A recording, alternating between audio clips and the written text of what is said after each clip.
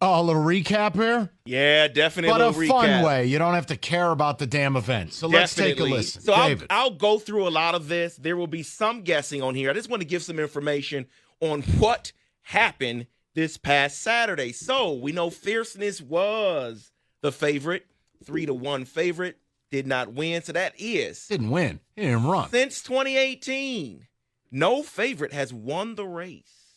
Wow. Yes. That's amazing. And, of course, Fierceness finished 15th in his race. So he packed it in like Kenny most days. Georgia bacon time. Oh, yeah. He came around that far turn, a little bumping and grinding. He went, nope, not today. Said no thank you. Now, Mike, you know this one. I know you know this one. What? Because you know what happened this weekend, the history that happened over the weekend here with the jockey, Brian Hernandez. He was the first jockey to win the Oaks Derby double since Calvin Burrell did it in 2009. McPeak, which was the trainer, did it as well for the first time since 57? 1952. Oh, yeah. Wait, yeah. So what does that mean? So no trainers ever won the Derby for the Phillies and then the Kentucky Derby. Oaks Day Friday, Derby Day Saturday. Kenny McPeak completed the double. Torpedo Ann on Friday, and then Mystic Dan on Saturday. Is this I'm trying to be funny. Is this a normal thing that, because I just figured a jockey would only go in one race, kind of like the horse, and that's it. I didn't know that they double dipped. What you don't know about this sport never ceases to amaze me. Okay, No. did anybody know that jockeys double dipped? I just figured These guys are elite. They're taking 10 mounts a day. It's a week full of races. They got to have jockeys do multiple. So do you have like if there's I can't do hypothetically 10 races that day, could a jockey participate in 5 Yes. of those races? Try like 8, 9, or all 10. Okay. Oh, You're- You're teaching me something. I know. I thought it was It's- like race car drivers. You just drive that Nothing one beats car. when Rico asked me if the horses wear snowshoes. Hold on, though. Evan convinced me that Just that was please. Hold on, though. There are race car drivers that will race the day before and the next day on a Saturday and Sunday. That happens, too. true. Yeah, but those are poor drivers. Please. All just right, get I'm going to to the move next on here. thing. So that was the closest three-way race finish since 1947. Three-way. Yeah. Now, the two-way race, that's a different thing. That was like 19 in the 80s, I believe. But 1947, it was a nose and a nose. You don't see finishes that close. Look at the NASCAR race this weekend. Closest finish in NASCAR history. It's the same thing. I've watched Derby my whole life. I'll watch it the rest of my life. I'll never see a finish like that again, ever. You just don't see that. Right. Not in the Kentucky Derby. So let me, Mike, I'm not going to have you guess here because you probably know the answer. All right, here. I'll stay out of it. Go to Rico. The attendance for the Kentucky Derby this weekend. I can't wait to hear him guess this. I don't know what the capacity is. Let's say 10,000.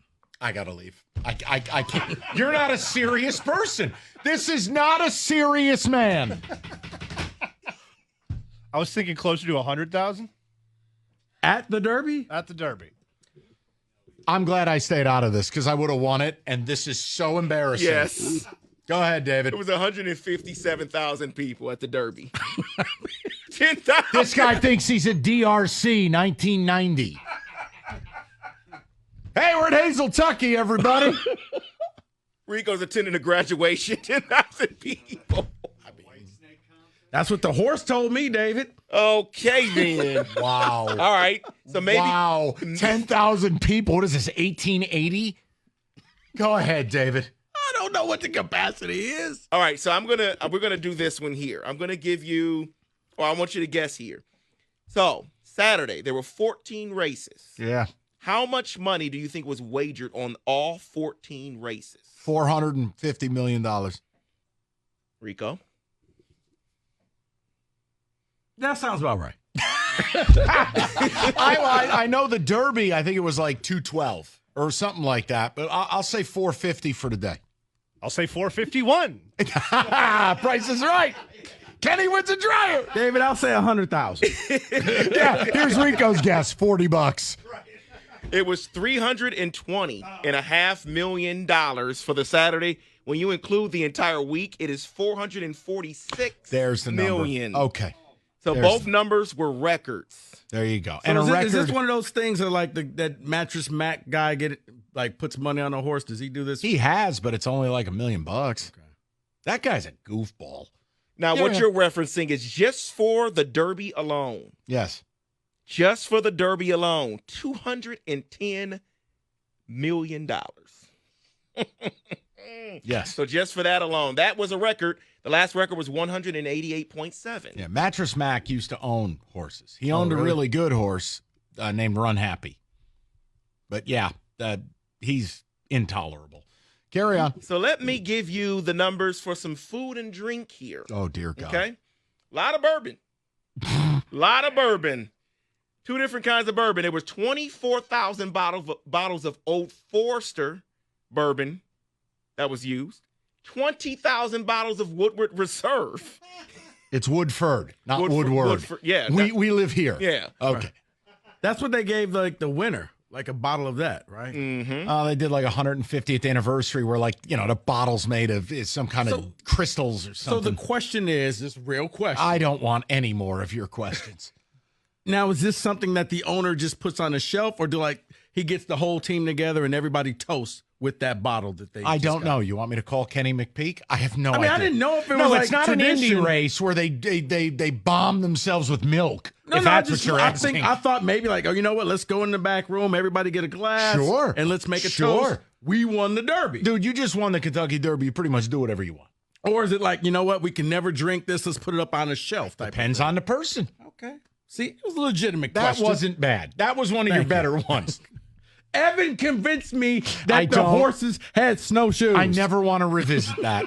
Just, David, go ahead. So there are some other numbers here for food here. 20,000 pieces of assorted desserts were eaten. 10,000 pounds of smoked brisket. 9,000 pounds of shrimp. Wait, did you just say 10,000 pounds of brisket? Yes. 10,000 pounds? Yes. That's amazing. Kenny, what kind of bidet do you need for that operation? Well, according to Rico, that's 1 pound per person. Yeah, everybody got their own meat plus 3 sides. Right, there you go. It worked. He said 10,000 people. 1,000 pounds of cheese and 1,000 pounds of mint were used for the mint juleps over the weekend. Okay. All right, let's get some numbers here for cheese in a mint TV. julep? Huh? There's cheese in a mint julep? I quit. You're not being serious, and I'm not dignifying that. I'm not a drinker. Get him out of this studio now. Drinker. You couldn't possibly be serious about that. I didn't know there was cheese in a mint julep. There's not. Oh, okay. It's not. I said the mints were for the mint julep. Everything else was just for the weekend. I thought he was saying You are an unholy bleep hole, and that's a complete contradiction. Just, David. Okay, I'm not gonna have you guess here, but to get 10,000. in the building for an infield general admission ticket cost you $130.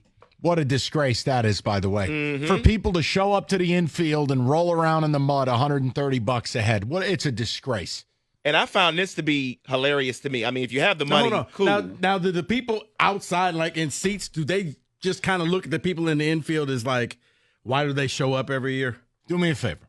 I want anything that comes to your mind the remainder of this segment, I want you to write it down and put it in an envelope, and I'll get to it. I'm just saying, if you're in a seat, you don't just say, you know what, let's go down to the infield for a second. No. And hang out with them? No. Okay. It would take you 2 hours to do it. No. So if you can't just cross the track? Write it down. If you had the money for it, a private suite was going for $295,000, but that's for a multi-year booking. Yeah. David, they had new seats in the paddock. They were paddock suites. They were $15,000 a seat. You had to buy all 6 seats. They don't do partials. But you had to buy the suite for years out. Plural. Multiple Plural. years here. So we'll close it out with this. Guess how many viewers viewed on TV? Oh, Rico, 10. I'll take 7 here. Does this include streaming, David? Oh, God. I will say you're looking at about 35 million. That's better than what I thought he was going to say. I thought he was going to be 70,000. Kenny, a guess, please. What you guess? I was going to say 38 million. David. It was 16.7 million viewers. Too much credit. That was Wow. a 13% increase. But let me tell you this: it peaked at 20 million from the 7 to 7:15 mark, which was the race. Okay. Now, do we have the results of our draft? Yes, we do. So we all had a horse in the top 4. We did this like fantasy football style, Yes. guys. A snake draft. I was last with 42 points with my collection of horses. Kenny was third, 47 points.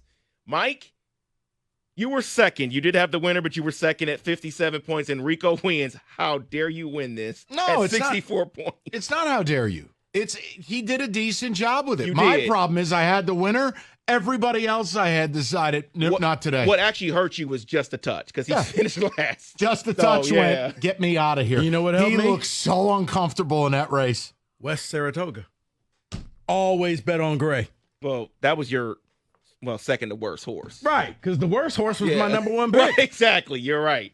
So you Also balanced it true. off well. The good thing was the horse that was speaking Japanese helped No. me out. All right, and That's that is done. your Derby I'm by done. the numbers. I'm absolutely done.